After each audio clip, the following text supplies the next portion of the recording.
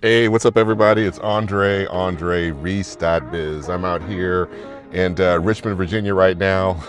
Just want to check in with you guys real fast. I think the only thing I'm going to talk about today is really just the winter storm and maybe some miscellaneous things that are kind of happening. But I don't think I'll go too deep into anything else. Maybe I might talk about one of the work-related items from the past. One of the stories I didn't get a chance to tell you guys yesterday when I was talking about Providian Financial and all the stuff that went down with that. But man, we are out here right now in Richmond, Virginia. And as you guys know, there's this big, huge Arctic storm that's coming.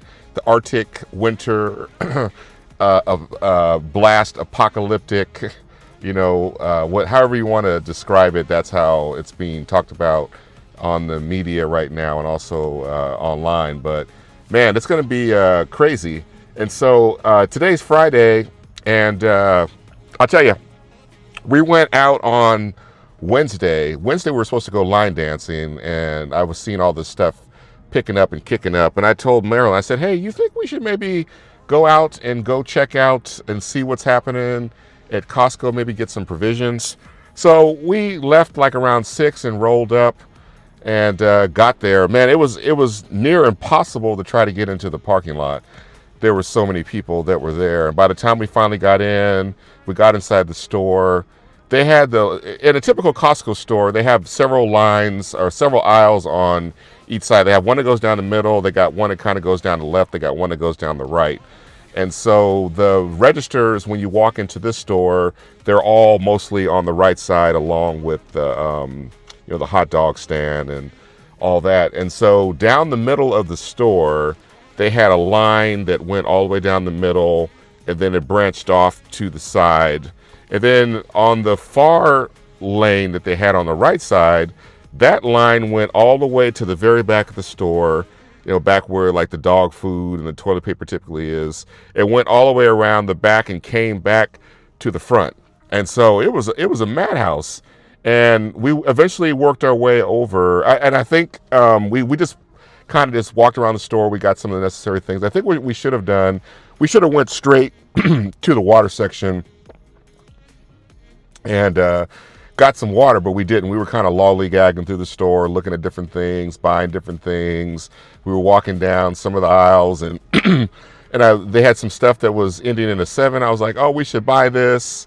So we bought some miscellaneous items and stuff. And so we eventually made it over to the water section.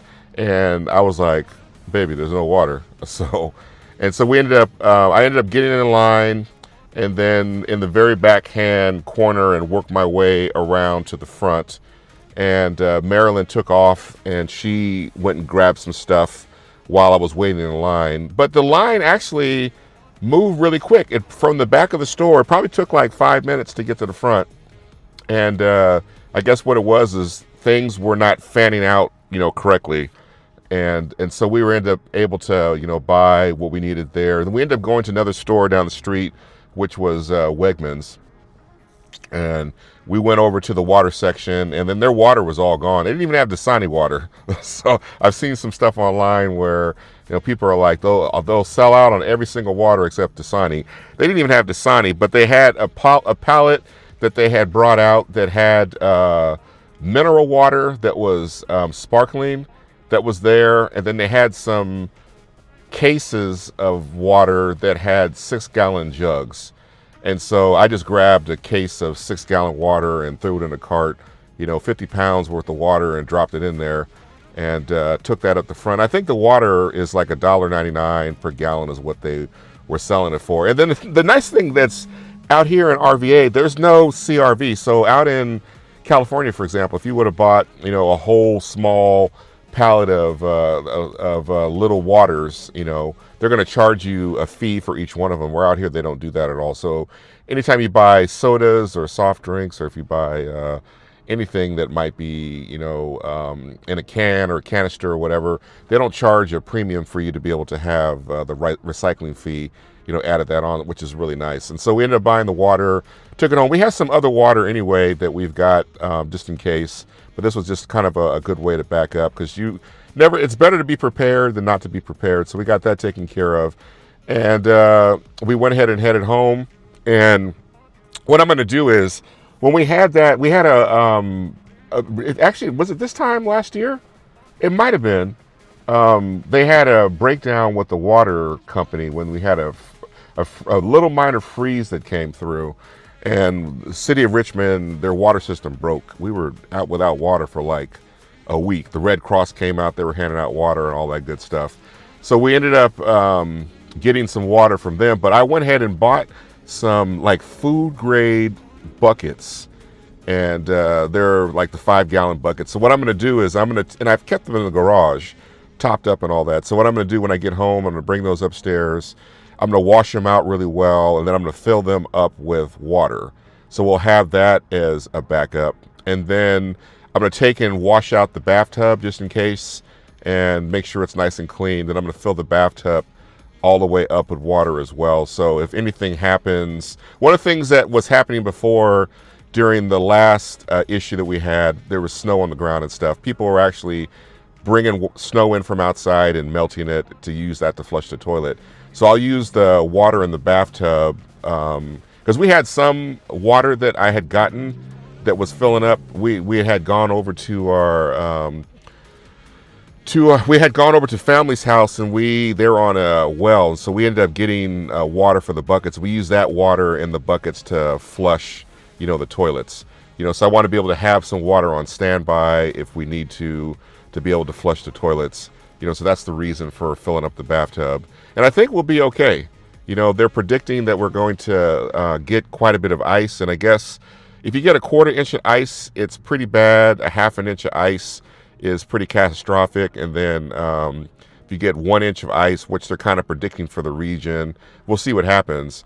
What typically happens is with the freezing rain that falls, I think I called it freezing, freezing rain as it falls, it sticks to trees and freezes and power lines, and so it can cause the trees to fall into the power lines and the power lines to break because of the weight, and that's what causes the power outage. And I think what happened, if you guys remember, it was probably 4 or 5 years ago, down in Texas, they had the severe ice storm that came through and crippled the state for a number of weeks. So they're just trying to, warn everybody to kind of get ready, get your provisions together and do what you got to do to be able to ride it out. So we did buy some groceries. We bought some perishable and non-perishable items. So I think we'll be okay. So the only other thing that I'm doing right now, and I'll flip it around here so you guys can see it. So I'm here charging the car up. So we have 110 charging at home, and I think it'll charge 3.5, 4 miles an hour. But I just want to make sure that the car is as full as possible. I've got the meter set up. We normally just charge up to 80%, but I've got the car meter set to 100. So what I'm going to do right now, I'm going to let the car charge up to 80, 85% or so, and then I'll go home and, because like the last, as you get closer to 100%, it takes longer and longer for the electrons to find a place to kind of tuck themselves away in the battery. And I can just take the car home and plug it in to the slow charger, and we'll be able to get everything topped up, by tomorrow morning, which would be cool. So I think the car will charge like 3.5 miles an hour. So we'll be fine there. So I figured since we got a free credit from EVgo this year of like $26, I would just stop by over here and go ahead and get, the car topped off. And the other thing, I didn't even think about it. I was like, well, if the power goes out, how are we going to cook? And so what I've done is I was like, well, I got the grill outside. So I went and grabbed the propane tank, and I went to U-Haul and went inside the store to get the U-Haul, because I think my tank right now is about half full. And I went inside a U-Haul to get it topped off, and they were like, we don't have any propane. None of our U-Hauls have propane. So I was outside talking to another guy, and he was like, yeah, you can call this other place and check with them. I called that store. They were all out of propane. They're kind of like a farmer feed store. They were out of propane, and he said all their stores were out of propane. So the other thing that the guy at U-Haul suggested, he said, hey, just go by Lowe's. So next door to the U-Haul I went to, they've got I think it was a Kroger. They had the Blue Rhino tanks out there. that you can do the exchange. So I said, well, let me just go ahead and just buy a tank outright, even though it's like 68 bucks, you know, instead of, because I still have at least half of the propane in the other one, you know, so I can use that as a fallback. But so I went ahead and went inside. They didn't have any propane, and I ended up going down the street to Lowe's, as the guy had originally suggested, and down there they actually had propane. So they had for the Blue Rhino, cages out there, and I looked inside, and they had a number of them that had the blue, pull-off tab. So I was like, okay. I went inside to customer service, bought a thing of propane. It was like 70 bucks. And now I have a full Rhino tank plus my half a tank. So I think we'll be okay. And if we need to, cook outside on the grill, we can. And I think the only other thing I may need, to be realistically, but it's cold outside, it would be to get some ice, but I think we'll be okay. Maybe I might go get some, I don't know, we'll see. But, in case we have to keep stuff cold. And I think we're good. And then the only other thing that I've got to help ride out everything, I've got the Starlink. So I got that set up. And I was very glad I bought that during Black Friday. I recommend that everybody out there should probably consider getting a Starlink Mini. And they've actually, so what happens if you buy it, I think it was $229. And at the time when I bought it, they changed their roam package. So the way the roam package works now, well, the way it was before, if for a month you would get 50 gigabits of data that you can use for the $50, and there was no monthly fee. And if you decided to shut it off, you can shut it off. There's no monthly fee for that. And then if you decide you want to turn it back on, you can. So in the meantime, since then, they've made some changes. So now the data capacity is 100 gigabytes on the 50 bucks, which is great. So you get twice the data now. And the other thing that they're doing is they have a standby fee, which is like $5 a month. And so what you can do is you can downgrade your service to $5 a month, and that keeps you in the priority in the queue. So and who knows how true it is, but if you decide to cancel your service, they will say, hey, if you decide to get back on later on, if you won't have any priority in your area if the system in your area is at capacity, and so that kind of defeats the purpose of having the Starlink. So I said, well, it's only $60 a year. Let me just go ahead and pay the standby fee of $5, and I'll go ahead and it's worth it to be able to keep priority. So if I ever need to flip it back on, I got that available. If we need to travel and take it with us, I could flip it back on real quick and be able to make it happen. So yeah, so we've got all the basic stuff, and then I also have my battery that my office is running off of. And so what I've done right now is I normally have it come on in the morning between 1 or 12 o'clock through 5 or 6, and then it shuts off. Then it runs my office. So what I've got now, I've got all the guard wells turned off, so the battery is charging itself up to full capacity, and it will just stay fully charged. So there won't be any point where I'll be running the battery down. I'll be running off of full wall power. So if anything ever does happen, with the power, then I'm good to go. I can turn around and know at least I have a fresh battery to start, and then from that point, it's a point of conservation. So it's a matter of taking everything off of it and only plugging stuff into it that we need to be able to make it happen. And then I've got a bunch of battery-operated flashlights, some that plug in. I'm going to take and plug all those in. And then every battery bank that I have right now, we're going to go ahead and plug all those in today so that they can charge up to full capacity. And then hopefully we'll be able to ride this this storm out. So in a way, it's very exciting, because I've grown up in California. We didn't have stuff like this at all. And we got the 4 seasons out here. We're in the mid-Atlantic, so we're not going to get hit hecka hard, and we're not going to be kind of in the sun zone, so we'll still be able to get some spattering of all the different four seasons, which is fantastic and remarkable, and one of the reasons why I love being out here in Richmond. So I'm really happy about that. But like I said, it's a little exciting to be able to experience this, and hopefully in the end, when it's all said and done, it'll be fine. Nothing will happen. We'll get a few snowflakes, because I'll tell you right now, outside it's completely clear, and it's about 51 degrees. So maybe all the warm air is being pushed this way before the cold front comes in and all hell breaks loose. But from looking at the what's happening, we've gone from, like I said, from expecting about 31 inches of snow to probably receiving some snow, but mostly ice rain. So we'll see how it all plays out, but like I said, we're ready here, and we've got a community of people that are around us to if we need anything at all. But yeah, so those are the things that we're doing. So I'll tell you, if you guys live in an area that is prone to any type of natural disasters, you gotta be ready and stay ready, and so that's kind of where I am with approaching this particular situation here today. So I think we're ready to go. I'm just going to, like I said, get the car charged up, and then I'm gonna head over to my storage unit. I got to pull some items that I've sold. I think I've got 6 or 7 items. I'll take those and box them all up tonight and put postage on them. Then I'll take them first thing in the morning to the post office tomorrow and drop them off. That way they can at least, get in the system and get going.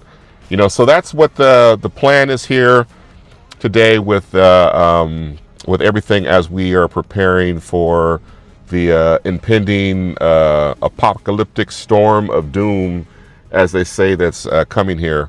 So I'd be interested in knowing how everybody else is kind of faring out there. If you got any comments, drop them. I've been seeing quite a few people that have been posting online. Some of the areas that they live in, like Idaho, more up north, they're posting minus 20, 30 degrees readings, so it's definitely crazy. And I think tomorrow morning, according to the charts, we will hit we will hit absolute zero for the wind chill somewhere around 6:30. So I think that's the coldest I've ever felt in my life before. And I think what I'm going to do is I'm going to go out and at least, stand outside and and stand there and see how it feels to be out there in the cold, and then run back inside. So that's kind of how things are going to play out. Either way, we're going to be grounded most of this weekend. We'll be staying home, and hopefully everybody is able to ride this out and there's no major consequences, and so, but I'll report back to you guys and let you know how things worked out. And any regrets from leaving California, coming out here to Richmond and having to the mid-Atlantic East Coast to be able to deal with the cold and the rain and the freezing rain and the snow? Absolutely not. Like I said, growing up in California all my life, this is all new.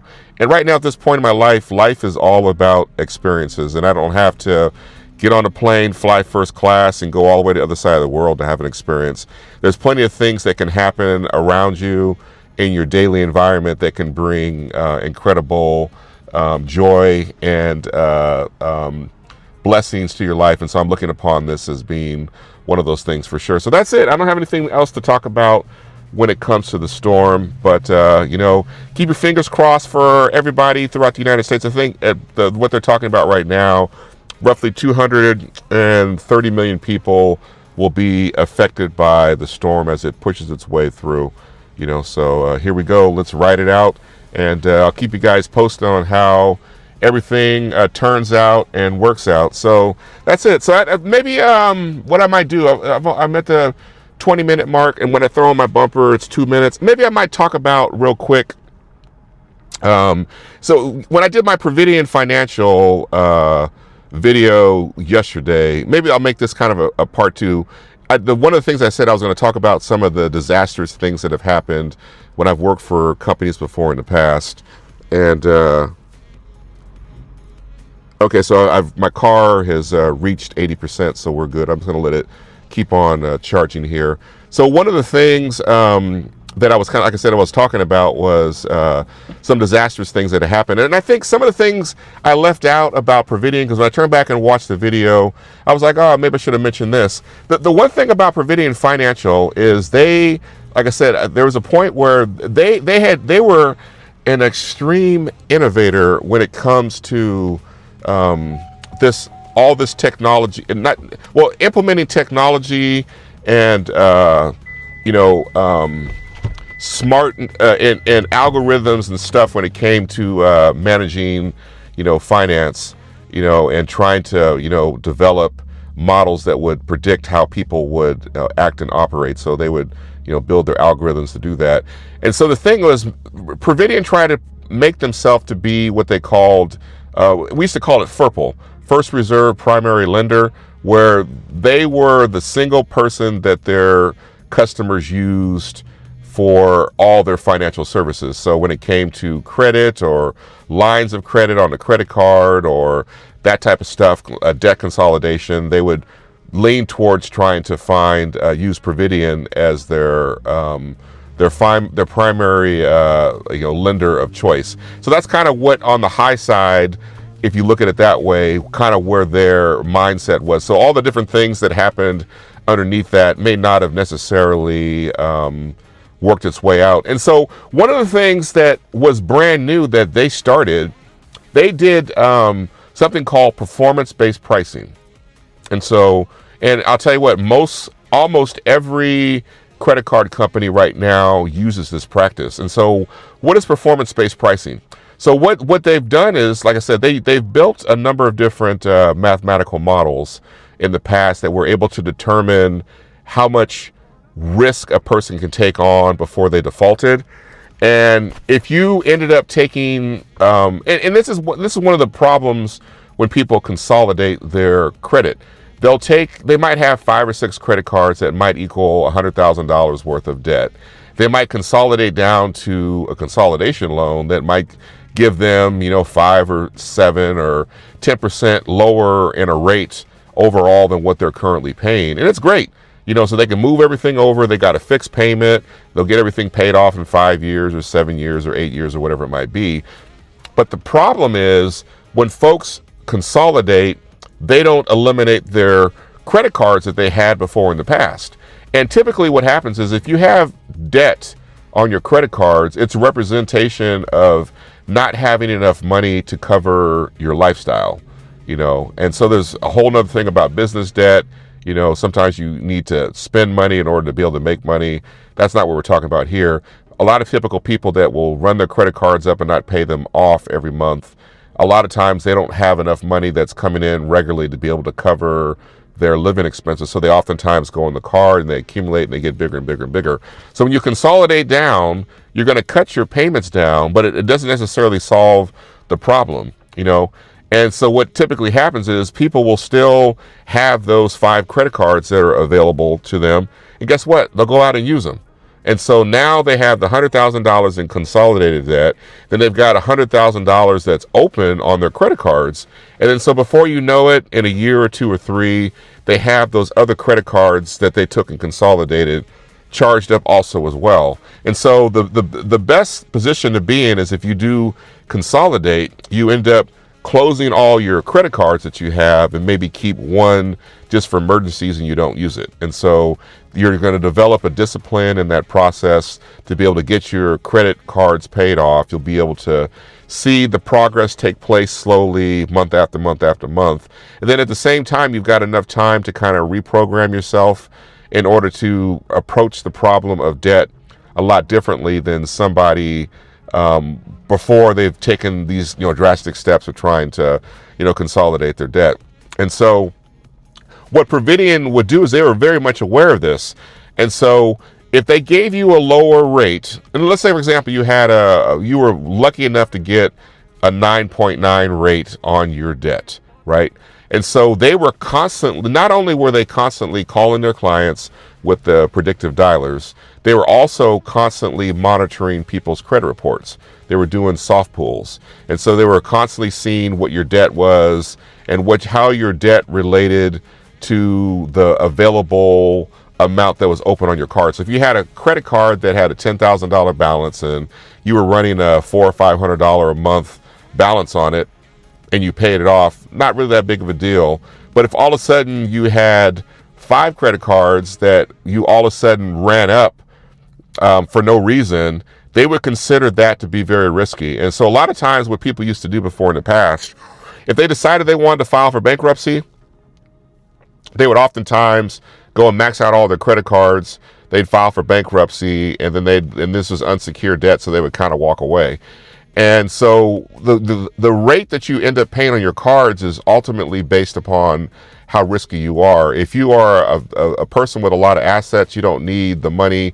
The bank will do everything they can to loan money to you, and they'll give you the best rates overall. But if you're somebody that actually needs the loan and the credit, and your credit score is very poor, you're going to pay the most amount of money on a credit card or your loan or your car loan when you get it, because they're trying to price in risk in the model. And these are all based on Rule of 78 loans, where the majority of the rate of the interest of what you pay on your payment is the interest up front. So over time, the amount of interest you pay decreases as the principal is being paid down. But in the beginning, this is how they kind of price themselves into kind of dealing with the risk of being able to have somebody that's very, very risky. And so if Providian saw you run up your credit cards, they would immediately take your low rate you had on their card of like 9.9 or 10.9 or whatever it might be. Then they would jack it all the way up to the very, very top. And this was all part of their terms and conditions. And so a lot of people would end up having to use their cards, and then they went from a very low rate to they were maxed out to the ceiling, and then they would call in and they were just upset about what happened. But this was all part of their algorithm and kind of the way it worked. And so, like I said, they were one of the first ones to use this model. And so now pretty much every bank uses this model, where they're constantly monitoring the amount of credit you have outstanding, the amount of debt you have outstanding, and if their models become you go from being green to yellow to red, you're going to definitely feel an increase in your interest rates. So that's something that they definitely were the ones to really pioneer, and that kind of spread, like I said, throughout the industry. So they did a lot of things that were very, very, very innovative at the time. And the other thing that they did too is the use of dialers, because dialers came out, I think initially when they were created, it was back in the late 80s is when they came out. But Providian had utilized the technology to be able to determine when people were home, to be able to try to find times where we can make contact with them. And if we weren't able to, the machine would just keep dialing until it finally, got a hold of somebody. And, these are all things that were all very brand new and very predictive at the time. And so when you start looking at things today, when you are home and you get somebody that, the thing is, a lot of folks, they get a lot of calls that come through. I get a ton of calls, and what I do is, if somebody calls me right now, I get a phone call. I get phone calls all the time from areas, from numbers I don't recognize. I answer them all. I have to, because all the energy and effort I put into marketing and trying to reach clients, and I can't be like, well, I don't recognize this number, I'm not going to answer the phone. If my phone rings right now, I will answer it, and I'll say hello. And a lot of times now I'm able to recognize certain prefixes where they come out of, that's most likely a scam call, but I don't answer it at all. I'll still answer the phone. So somebody will call me and I'll answer the phone, I'll say hello, and then I'm like 1, 2, 3, 4, and if they don't say hello back immediately, I know it's a dialer, and I just hang up. So that's what I do. And so if somebody calls me and I can hear noise in the background, most of the time it's the person that's actually calling me. And usually, I'd say 8 times out of 10, it's usually a potential client that's trying to reach out to me. Sometimes it's other stuff, and sometimes I've noticed that there are people that will actually hand dial numbers that might be working from home, trying to sell different things or whatever. But the majority of people that do call me, that are interested in talking to me about what I do in my business, there are ultimately going to be people that, will be there on the phone. So if I call, like I said, if somebody calls me, I answer the phone. If I don't hear anything right away, I go ahead and hang up right away. And so that's and these are kind of the things that would happen with the different dialers that Providian was using before in the past. So it was a really interesting place to work, and it was very disheartening to see the company go out of business and see so many people that really depended upon the job, needed the job, and folks that really were hoping that they were going to, at some point, have something they can be proud of. Because you got to remember, if you are, your career path is limited, and you work in a call center, you're a customer service agent. How exciting is that? But if you are a personal banker and you're talking to people at the club or whatever, and somebody rolls up on you, or you roll up on them, and they're like, "Well, what do you do for a living?" "Oh, I work for Providian Financial. I'm a personal banker." It's like, oh, the title sounds really elaborate, but really all you are is just a person that's on the phone, doing balance transfers. There's no banking involved in this type of stuff. So that's the thing. Like I said, with the name Providian Financial, it was resembling characteristics of supplying what is needed. And so the customers got what they felt that they needed, and the employees also got what they felt that they needed as well. But in the end, because of the way the company was based in its models and the way it did business, it was stung pretty bad with a lawsuit, and here we are today. So that's all I want to say about Providian. I don't think I have anything else to talk about them. But my only advice to you guys, like I kind of said before, if you're in an environment where stuff is shaky and shady, you just got to find a new job and move on. There's nothing you can really do about it, and try to keep your personal integrity. And I know when I was there was a point where I tried to get promoted off the team and move on to something else that was off the phone, and I got they wouldn't allow me to at all, because it was one of those things where I had a plan to leave the company, and my fault. I should have kept my mouth closed, but it was something I was proud of, and nobody wanted to allow me to be transferred or go to another team because of I know a lot of it was just all personal based. I was doing real well, and I was performing, and at the time after that, they started to come down really hard on listening to me, monitoring my calls, and oftentimes coming during the day and just standing next to me to see what I was doing. But like I said, I did my job. I read the script. I came in early, on time, and so I did what I needed to do where there was not really any case that can be built up on me. And I know a lot of you guys have gone through the same types of things before in the past. There's no need to even call out what they were. But in the end, things kind of subsided, and I ended up leaving on my own. So, and that's all you guys can do. If you're in an environment that's extremely hostile, keep your eye on the prize, and just make sure that you're not doing anything during the day that can cause you to end up in handcuffs and doing a perp walk with a jacket over your head because you're embarrassed about what happened and how you got caught up. So yeah, that's the story there of Providian Financial. So I think about it all the time, and it's a part of me. It's something that I've gone through, and so I might as well talk about so, and this is the thing. If you work for very, very large corporations, a lot of times dealing with the culture and the fit and all the different things that they have going on, it can be, they're a machine, they're a cog. And so if you're there or not, they get rid of you. There's not much impact you can ultimately have if you're just kind of a worker bee. But if you are having a more difficult time dealing with the politics of work and those type of things, you can find oftentimes a little bit more safety and comfort if you work for a small company. The thing is, generally a small company is really working hard to try to earn revenue, and a lot of the politics are not built into the system. But once the company gets a lot more established, you know, those corporate politics really start, and battles over resources, and you know, those things will all become, you know, very prevalent within the business itself. You know, so but I found a wrinkle in the matrix. So after working for one large company and having to deal with all the issues and problems and microaggressions, I ended up essentially just working for smaller companies for the rest of my career.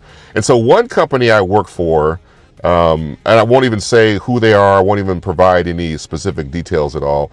But one of the things, when you work in accounting and finance, and even when you're out auditing, one of the things that we did as auditors, one of the first, you know, records that we would request is all the payroll data. We have to audit it and check for, you know, phantom employees and all that. But we wanted to know how much folks got paid. We just were curious, and you know, it's like, well, we're getting paid this much, but you know, how much are these guys getting paid here?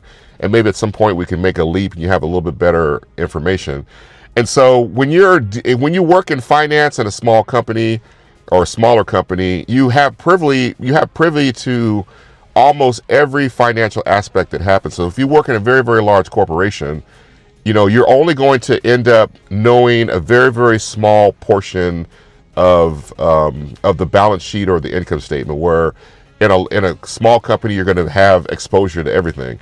And so there was a point where I worked for a company in my career when I was I think it's what is it, you know, from the point I graduated from college, there's a point that I worked for a company, and I had quite a bit of responsibility that was there. And this is kind of an interesting story that took place. And so when I came into this company, there were a lot of guardrails that prevented productivity. So there's a lot of things that were difficult for me to try to take ownership of, because things were very controlled, you know. And so there's only so much you can do as a person. You have to try to work around and still try to get things done. And so and this is the thing, you learn over time to listen to your sixth sense, and then the hair that's growing up on the back of your neck, and you kind of look around and see what's happening to other people, and folks pretty much will act the same in the same type of similar situation. So if it's one of those things where they're going to fire somebody, they're going to start acting a certain way, and it's very scriptive in how they perform and how they act. If they are doing things for people that are unfair in somebody's favor, they're giving extra, you know, trinkets and things like that, they're going to act a certain way. And so human behavior is universal across the way, but the small variations vary within a company. And so if you end up working in a company and you end up learning how their culture works, you can kind of get an idea of how they will ultimately be working when these things come up. So like I said, in this company I work for, you know, I was getting the feeling that things weren't going well on my side, you know, and but there was also a lot of restriction as well in what I can do and what I was allowed to do as well. So it was a very difficult thing to always constantly maneuver.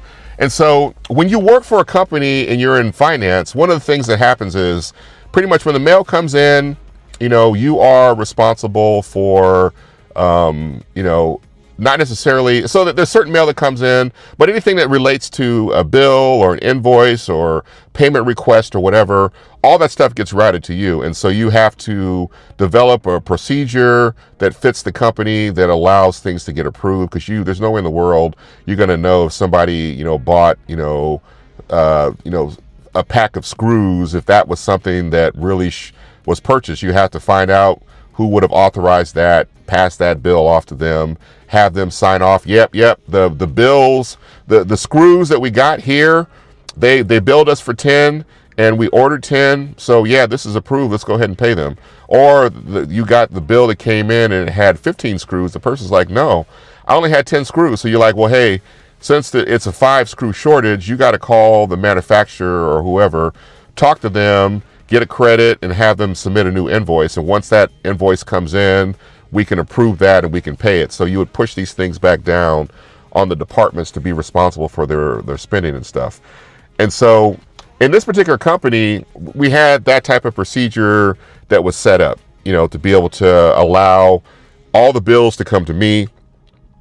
And then I would look at them and see what the legitimacy was, and really most important to try to determine who to give the bill to and have the bill be approved.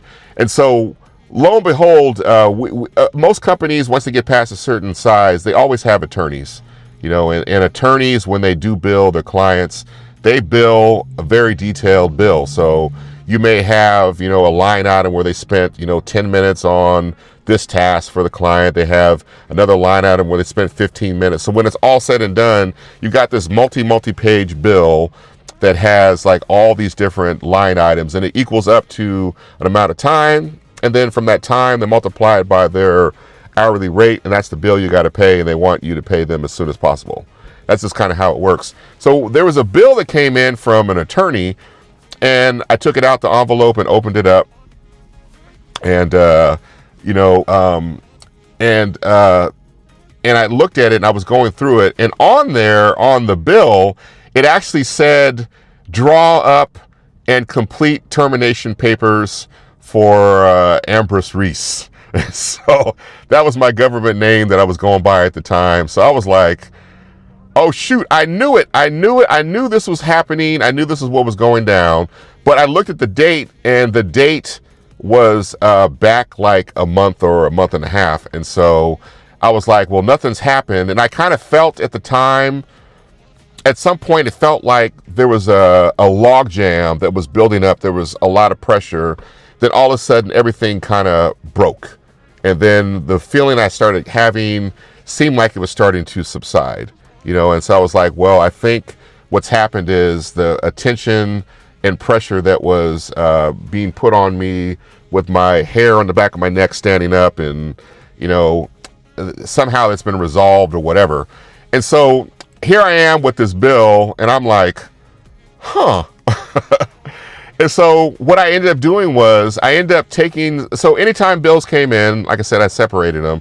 I took the bill and I put it in, I initially enacted the procedure to be able to get the bills to certain people to be able to have them approve it.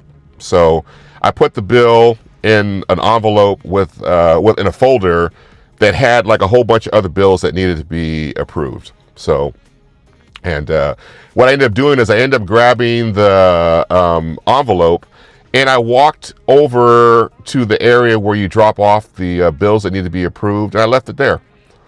And so in the area, I was privy to being able to see, the action and people coming and going and the movements and stuff. And when folks went to this particular area to grab their invoices, I can see it as it happened, and so the person, that was intended for within, a small amount of time, maybe within an hour or so, they went and grabbed their invoice packet, and then I can feel that they were kind of looking at this. I kind of caught a glimpse of this happening, and I can see as they were looking through it, they were like, "Oh shoot, he knows what we were trying to do," and I got a big chuckle out of it. And sometimes, in different companies, there's a number of people that have to talk about things to approve them, and so I remember seeing other people that got involved in the conversation about the bill. And next thing you know, I'm I'm in the point where I'm talking to folks and people or individuals about the bill and what was included on it. And so it was a very interesting conversation that was had. And in the end, a new procedure was created, whenever bills from the attorneys come in, that I wasn't allowed to actually open them. But so that was definitely something that was, in a way, that was very, very disastrous. So my only advice to you guys is, working for employers these days can be very, very difficult. And if you feel something's happening and you see something's happening, it probably actually is happening.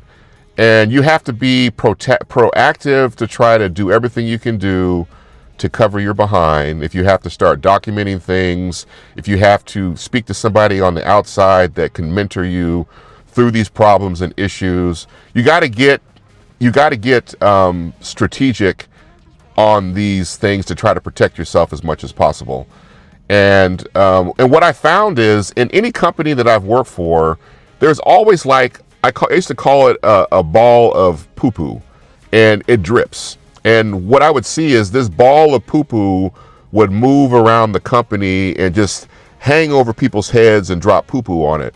And when the poo-poo was being dropped on that person's head, everybody was coming down on them until something happened that took focus off of them to somebody else. Then the ball would go over there and it would drip. And then it would ultimately go back to the few people where the ball pretty much stayed over their head all the time. And so you never want to be one of those people that ultimately end up having the ball of poo-poo hanging over your head. You never want to do that at all.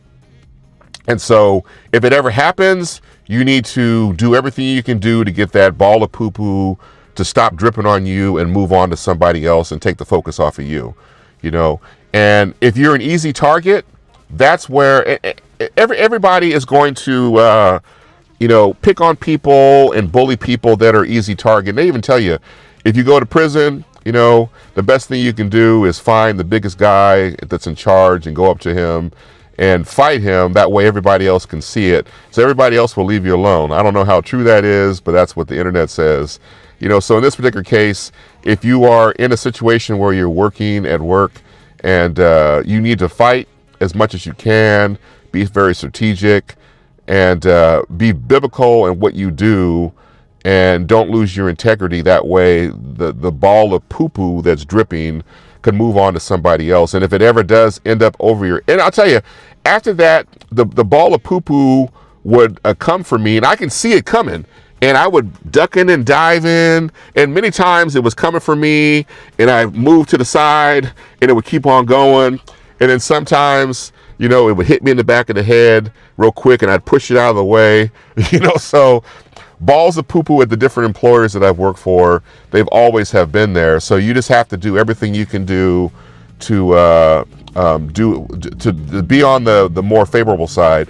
And it's not so much what you know and how well you do your job. It's how well you are liked. And I'll tell you, when you work in a company, and what I would do is, because I got to see everything that would happen, I would see all the inequities in raises and bonuses, and it really almost any employer that I work for, based upon feelings and relationships.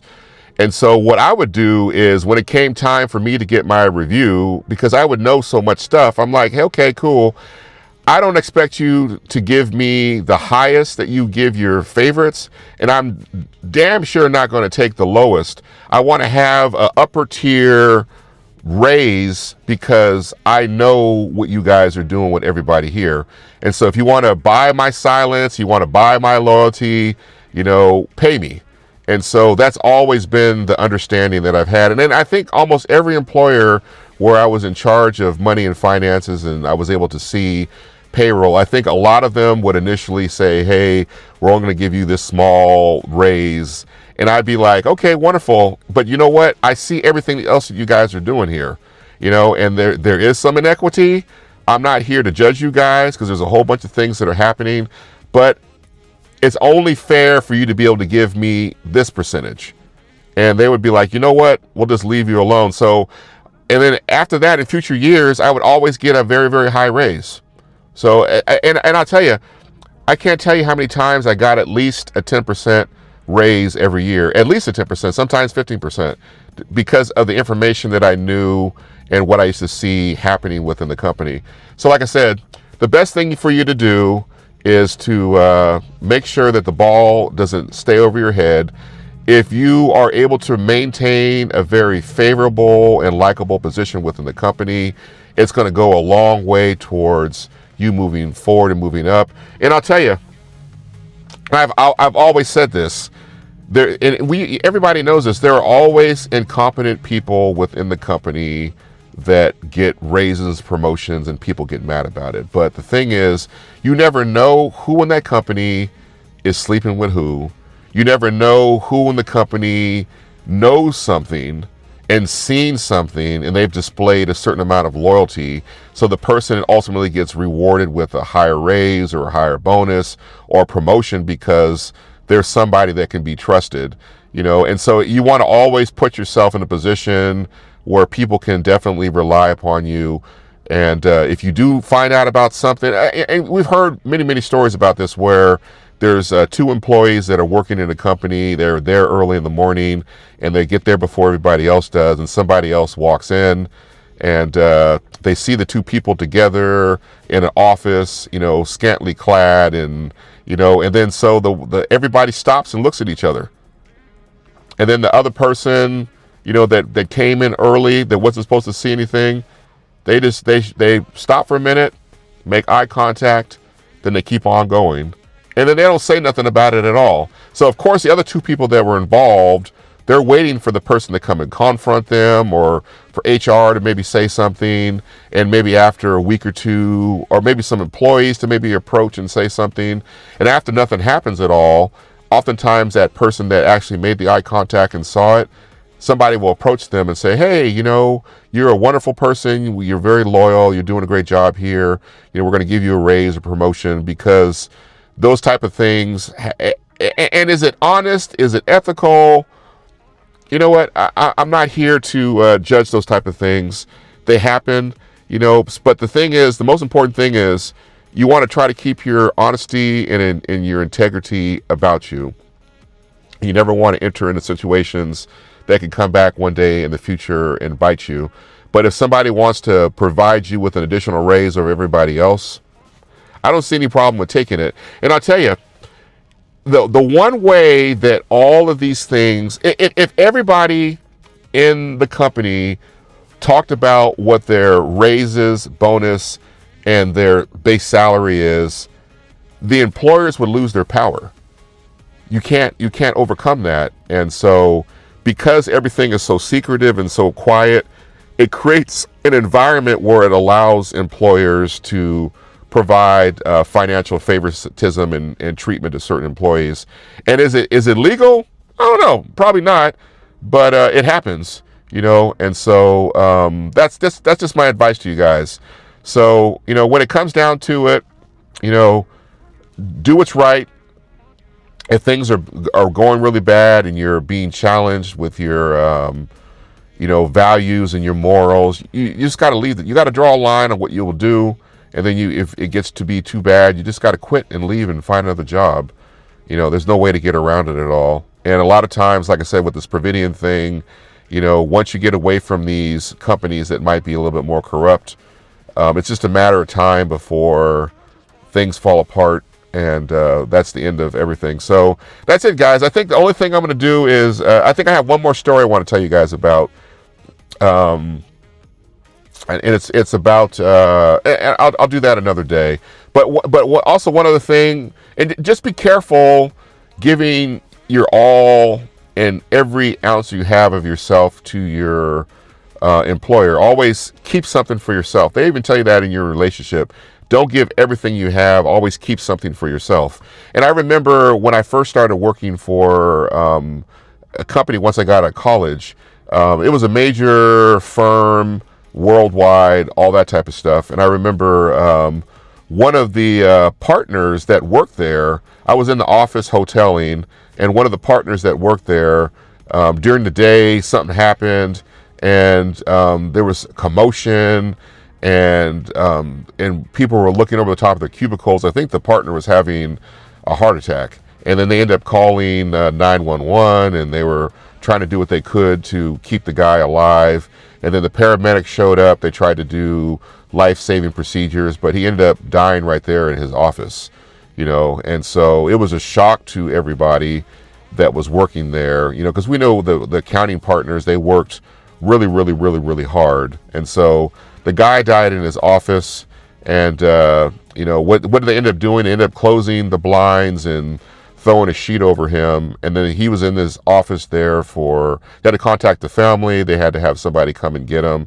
So he was in the office in there for probably 5 or 6 or 7 hours, you know, just in the chair or probably on the floor, just waiting to have somebody come and pick up his body. You know, so in the end, you know, everybody talked about it for about a week or so, and then it kind of went on to, you know, business as usual. So, you know, if you are really giving your whole entire life to your employer, just, you know, be sure to save something for yourself.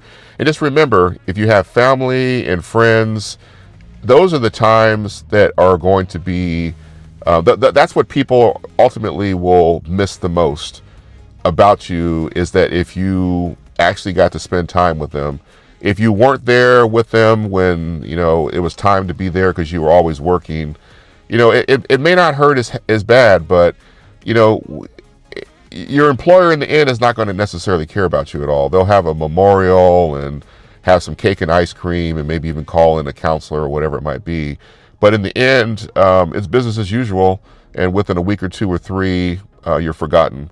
You know, so take care of yourself, take care of those around you, most importantly.